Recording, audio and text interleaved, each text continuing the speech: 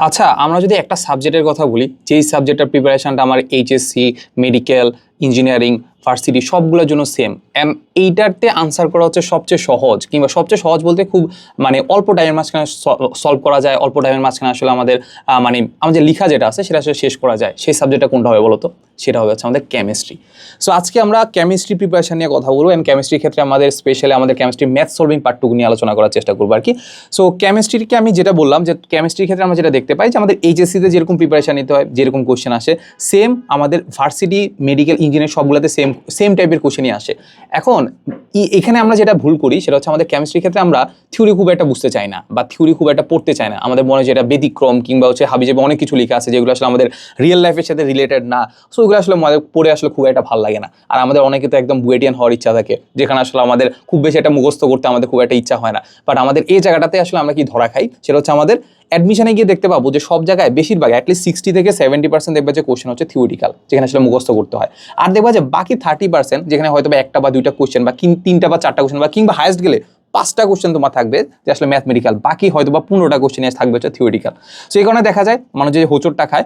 So এই হোঁচটের মাঝখানে আমি যেটা বলবো যে ম্যাথমেটিক্যাল যে 5টা কোশ্চেন আসতে পারে, কিংবা ম্যাথমেটিক্যাল যে কম কোশ্চেনই আসুক না কেন, বাট ওই কম কোশ্চেন যদি তুমি সলভ করতে চাও, ওইটার জন্য তোমার আসলে মুখস্থ বিদ্যা থাকা লাগবে, কিংবা ওই জিনিসগুলো করার জন্য তোমার কি লাগবে বলতো? সেটা হচ্ছে আমাদের কনসেপ্ট বা যেটা থিওরিক্যাল পার্টটুকু আছে ওটা কিন্তু তোমার লাগবে আর কি, ঠিক আছে?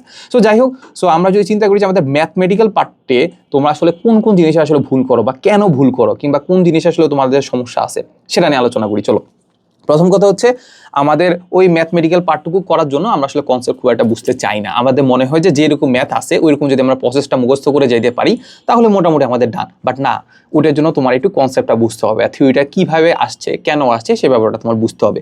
এরপরে আমরা যেটা ভুল করি সেটা হচ্ছে আমাদের কনভার্সানগুলো কিন্তু আমাদের অনেক এলোমেলো হয়ে যায়। ম্যাথের ক্ষেত্রে আমরা যেটা দেখতে পাই যে কনভার্সান, যেমন আসলে মোল থেকে গ্রামে, তারপর গ্রাম থেকে কেজিতে, তারপর হচ্ছে কেজি থেকে আরও বিভিন্ন ধরনের ইউনিট আছে না, ওইগুলোতে আমাদের কনভার্সানগুলো আসলে প্যারা হয়ে যায়। তারপর হচ্ছে আমাদের দেখা যাচ্ছে আমরা ইউনিট হয়তো বা চেঞ্জ করতে চাই না, বা হয়তো আমরা চেঞ্জ করতে ভুলে যাই। সো এই ব্যাপারটা আমাদের দেখতে হবে। আর আরেকটা জিনিস হচ্ছে আমাদের ম্যাথমেটিক্যালের পার্ট হইলেও আমাদের দেখা যাচ্ছে রাসায়নিক পরিবর্তন আমাদের ম্যাথ করার আগে দেখা যাচ্ছে কোনো একটা বিক্রিয়া লিখতে হয়, কোনো একটা কি লিখতে হয়, বিক্রিয়া লিখতে হয়। ইভেন আমাদের ওই যে দ্রবণীয়তার যে ম্যাথগুলো, দ্রাব্যতার যে ম্যাথগুলো আছে, ওই ক্ষেত্রে আমাদের দেখা যাচ্ছে বিক্রিয়াগুলো লিখতে হয়।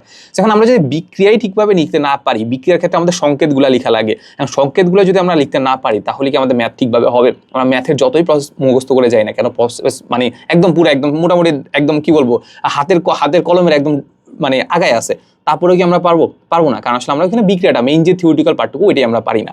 সো এই বিক্রিয়াগুলো মুখস্থ না করা, তারপর হচ্ছে আমাদের ইউনিটগুলো মুখস্থ না করা, তারপর ইউনিটগুলোর আসলে কনভার্সনগুলো না পড়া, তারপর কনসেপ্টগুলো না বোঝা, তারপর আরও একটা বড় জিনিস হচ্ছে আমরা আসলে এটা প্র্যাকটিসই করতে চাই না। ম্যাথমেটিক্যাল জিনিসগুলো কি প্র্যাকটিসই করতে চাই না, মনে হয় যে এটা সহজ, পরীক্ষার হলে গিয়ে পারবো।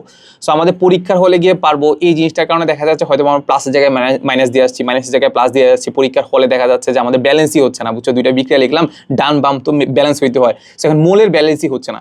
সো এইগুলোর জন্য আসলে আমাদের কি করা যায়? এইগুলোর জন্য আমাদের যেটা করা যায় যে আমাদের খুব অল্প ইফোর্ট দিয়ে আমরা কিন্তু আসলে কেমিস্ট্রিতে একটা ভালো নাম্বার পাইতে পারি। অ্যাটলিস্ট আমরা বলতে পারি যে ম্যাথমেটিক্যাল পার্টটুকু ভালো নাম্বার পাইতে পারি। আর এইটা সলভ করতে গিয়ে তুমি যে কোনো একটা পরীক্ষার হলে, এইচএসসি হোক, অ্যাডমিশন হোক, যে কোনো একটা সলভ করতে গিয়ে তোমার এখানে এই কেমিস্ট্রিটা খুব অল্প সময় করতে পারবা কিন্তু, ঠিক আছে?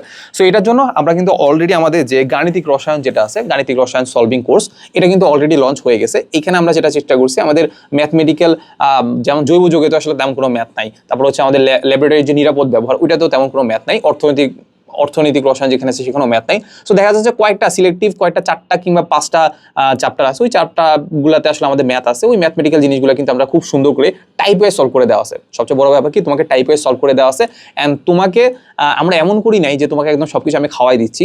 যেটা করা হয়েছে যে একটা টাইপের হয়তো বা একটা বা দুইটা ম্যাথ করানো হয়েছে, বাকিগুলো তোমার প্র্যাকটিসের জন্য বলে দেওয়া আছে। এরপরে তুমি একটা কাজ করতে পারো, এইখানে জাস্ট সিম্পলি যেটা করবা সেটা হচ্ছে তুমি একটা ক্লাস করবা, ক্লাস করে ওই টাইপটা তুমি হচ্ছে সুন্দর করে লিখে ফেলবা, নোট করে ফেলবা, ঠিক আছে? নোট করার পরে স্যার যখন যেখানে ক্যালকুলেশন করতেছে, স্যার নিজেও কিন্তু ক্যালকুলেটর দিয়ে দেখবা যে ক্যালকুলেশন করতেছে, ওখানে একটা ভিডিওটা পজ করবা, ভিডিওটা পজ করে কি করবা জানো, নিজে ক্যালকুলেটর নিয়ে এটা ক্যালকুলেশন করা শুরু করে দিবা। এখন দেখা যাচ্ছে স্যার ক্যালকুলেশন করতেছে 2+2 যেগুলো হচ্ছে 4। এখন তুমি দেখে মনে হইতে পারে, মানে তুমি দেখে ভাবতে পারো যে ভাই এইটা আসলে পজ করে আসলে মানে টাইম ওয়েস্ট না, এটা আসলে আমি প্র্যাকটিস করার কি আছে? বাট দেখবা যে পরীক্ষা হলে 2+2 4, এটাতে দেখবা যে আটকে গেছো। এখানে দেখবা যে 2+2 এর জায়গায় দেখবা যে কিছু একটা দেওয়া নাই, ঠিক আছে, কিছু একটা না দেওয়ার কারণে মানে খুব ইজি একটা এক্সাম্পল দিয়ে দিচ্ছি, তারপর দেখবা যে খুব ছোটখাটো মানে ভুলের কারণে দেখবা যে ক্যালকুলেশনটা এরর হয়ে যাচ্ছে। তো যাই হোক, যেটা বলতেছিলাম যে প্রথমত যেটা করবা সেটা হচ্ছে আমাদের ক্লাসগুলো প্রথমে দেখবা, ক্লাসগুলো দেখে তোমাকে যে কোনো একটা টাইপ তুমি হচ্ছে নোট ডাউন করে ফেললা, ঠিক আছে। এখন তুমি বইটা যদি খোলো, তুমি গুহ পড়ো, হাজারি পড়ো, যে কোনো একটা বই ধরবা, ধরে দেখবা যে ওই টাইপের ম্যাথ কতগুলো আছে, দেখবা যে 4-5টা করে ম্যাথ আছে। ওই 4-5টা ম্যাথের মধ্যে যখন তুমি একটা ম্যাথের থিওরি মোটামুটি বুঝে ফেলছো বা একটা টাইপ যদি তুমি পারো বা স্যার যেহেতু পড়াইছে, দেখবা যে বাকি টাইপগুলো তুমি নিজে নিজে এমনি পারতেছো, হয়তো বা একটু এদিক সেদিক হইতে পারে, বাট ওইগুলো তুমি সলভ করতে পারতেছো। অ্যান্ড সলভ করে হচ্ছে দেখবা, মিলাবা, মানে টাইম ধরে, তারপর হচ্ছে একদম নিজে কোনো কিছু না দেখে জাস্ট প্র্যাকটিস করবা, প্র্যাকটিস করে হচ্ছে দেখে মিলানোর চেষ্টা করবে যে না ঠিক আছে কিনা। যদি ঠিক থাকে তাহলে তো মোটামুটি বলা যায় যে তুমি আসলে প্রিপারেশন যেটা আছে সেটা একদম রাইট ট্র্যাকে আছে। এই হচ্ছে মোটামুটি কথা। সো আমাদের যে গাণিতিক রসায়ন সলভিং কোর্স আছে সেটা কিন্তু কমেন্টের ডেসক্রিপশনে লিঙ্ক দেওয়া আছে, সেখান থেকে তুমি ডেমো ক্লাসগুলো দেখতে পারো। আর আরেকটা জিনিস হচ্ছে, তোমার যদি শুধুমাত্র কেমিস্ট্রিতে প্রবলেম না থাকে, তোমার যদি মনে হয় যে না ভাই আমার ফিজিক্সে প্রবলেম আছে, সেটার জন্য আমাদের গাণিতিক পদার্থবিজ্ঞান সলভিং কোর্স আছে। যদি তোমার ম্যাথে প্রবলেম থাকে, সেটার জন্য কিন্তু আমাদের এই যে কেতাবুদ্দিন ট্রিপলেট না, এটা হচ্ছে আমাদের কেতাবুদ্দিন ম্যাথ সলভিং কোর্স আছে। আর তিনোটাই যদি তোমার প্রবলেম থাকে, তিনোটাই যদি তুমি একসাথে কিনতে চাও, তাহলে কিন্তু আমাদের অলরেডি কিন্তু ট্রিপলেট ম্যাথ সলভিং কোর্স আছে, সেটা কিন্তু চাইলে তুমি পারচেস করতে পারো, ঠিক আছে। সো অত কিছু বলার নাই, তুমি জাস্ট ডেমো ক্লাসগুলো দেখো, ডেমো ক্লাসগুলো জাস্ট একটু মনোযোগ দিয়ে করবা, ঠিক আছে। মানে এমন কিছু না যে তুমি জাস্ট দেখতেছো যে স্যার ভালো পড়াচ্ছে কিনা, স্যার দেখতে সুন্দর কিনা, এসব কিছু না। জাস্ট সিম্পলি তুমি একটা ক্লাস করবা। একটা ক্লাস করা মানে কি 1 ঘন্টার ক্লাস, খুব বেশি একটা লেকচার, মানে প্রতিটা লেকচার আমার যতটুকু মনে পড়ে আমি 1 ঘন্টা বা 1.5 ঘন্টার মতোই নিছি।